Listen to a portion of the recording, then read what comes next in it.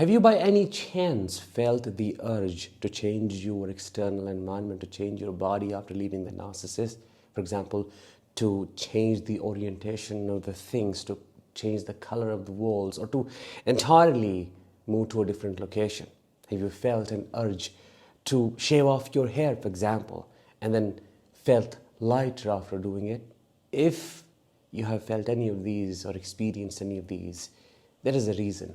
Let me tell you what it is in today's episode. Hi, I am Danish, a narcissistic abuse recovery professional. In today's episode, we're going to talk about the lesser known change you should let happen if you want to truly heal after narcissistic abuse. If that sounds interesting and you're eager to learn more, please make sure to subscribe before we begin, because as I always say, your subscription to the channel helps spread awareness about narcissistic abuse. Let's begin with the obvious reason behind wanting to change your environment. If the narcissist has been a part of this environment, lived in the same house, and has been around a lot, of course, these things are associated with them in one or the other way, and they are associated with your triggering memories.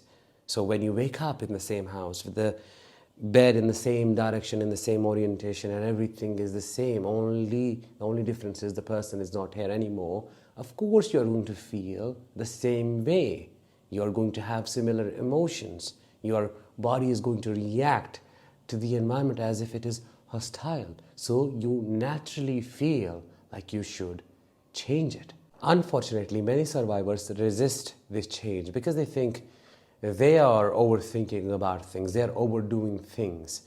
They do have this urge to go through the symbolic change, but they don't want to, because how it will be perceived and seen by others, and maybe it's not necessary, maybe I'm just making it up. But no, you have to. If you feel like you have to burn all this furniture, you do that without a second thought. I know it costs money and stuff, but I'm just saying, I'm giving you an example. If you feel like you need to completely redo the entire interior of your house, do that. If you feel like you need to move to a different location, a different city, a different state, a different country, do that. Don't stop yourself. I always say your environment plays a significant role in your healing process and in stabilizing your nervous system. If your environment is the same and you're going to therapy, you're properly doing the self-care routine, and you're doing everything in your capacity, you're doing things people are telling you to do, and you still don't see a difference, then that means the environment is the same. Imagine this for a second. If you used to live in a big cage with a tiger who is not there anymore, but you're still in the cage, and now you're trying to just be better, act as if everything is okay, and you're trying to function better. Yes, to a certain degree you may be able to do that, but it doesn't change the fact that you're still in the cage, or you are in a place that looks like a prison. So it has to be changed. Your environment has to change first. Essentially, your environment has to be conducive for the change that you're trying to make internally. Your environment has to help you feel safe, physically and emotionally, and then you will see how deeply you will heal and you will notice wonders happening. The other kind of change many people tend to want to go through is the change in their body. The one change that I've seen many people trying to make in their life is changing how they look. Some of them feel an urge to cut off their hair, to shorten it, to shave off their head. And they don't have a particular reason behind feeling that way, but they just feel it. And there is a proper reasoning. The reasoning is your hair has its own memory. Your body, each cell and fragment of your being remembers what happened to you. So it's trying to just shed it off. It's trying to just release it. And one of the easiest ways to do that is to just let go of the hair that carries all of the trauma, drama, and chaos. You should let go of your hair because that would also help you in your grieving process. By letting go of your hair, if you feel like you have an urge to do so, you'll be letting go of the sadness that it carries, anger, resentment, shame, self-sabotage, confusion, and I can go on. I have done that a couple of times, and I can't tell you how free I felt in hair after doing it. I can't tell you how liberating it was, and of course, it helped my hair to grow and become thicker because I have created a lot of episodes on hair fall after narcissistic abuse and what stress does to our hair.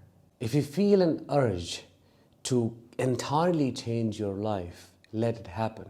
Because healing is akin to being reborn. You're taking a new form with new perceptions of the world, of yourself. You're creating strong boundaries for yourself. You're empowering yourself. You're recognizing how strong and resilient you are. You are coming in terms with the fact that life is not fair, and it has not been fair in any way to you as a narcissistic abuse survivor. You have encountered pure evil. So, of course, your whole outlook is going to change. Don't resist that. Let it happen. If you have a feeling that says you need to change your external environment, because if you do so, you will change your emotional landscape, then that is the first step you must take before going to therapy, before doing anything else at all. And I can assure you that is going to help in so many ways. If you have already taken that step, if you have changed your outlook, if you have changed your external environment, has it helped you? Let me know in the comments. Drop your experiences, and who knows, you may end up helping so many survivors in the process of recovery and healing after narcissistic abuse. What changing your external environment also includes is changing the people you're used to interacting with. I have seen a pattern in victims of narcissistic abuse. They also have narcissistic friends, colleagues, co-workers, bosses, in addition to having a narcissistic parent or a partner, because that is what they are used to.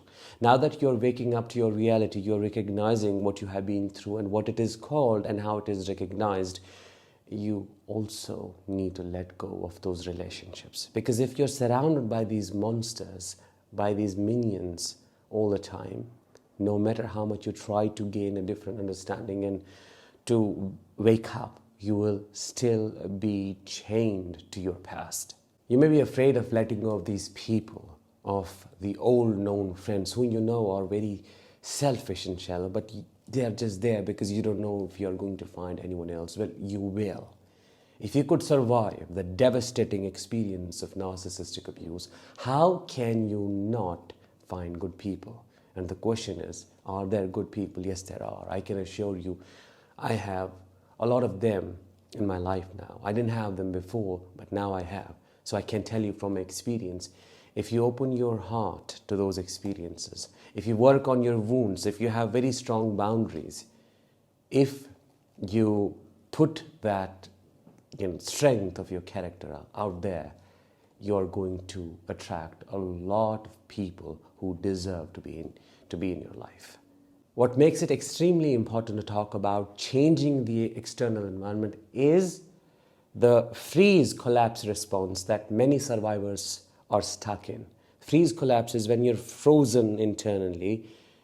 There's a lot of survival energy, but nothing is happening with it. It's the deer in the headlights. And at the same time, you're collapsing, you're falling apart.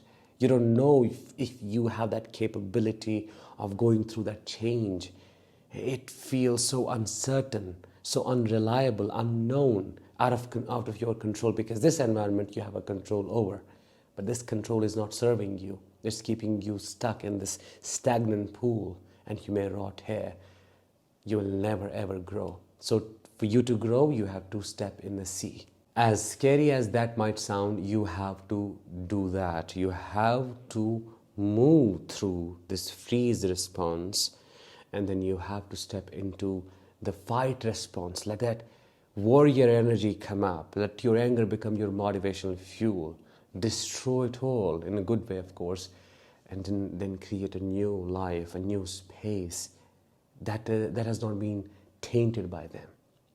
I hope you found all of this helpful. If you did, let me know in the comments. I'll talk with you in the next one. As always, until then, let the healing begin and continue.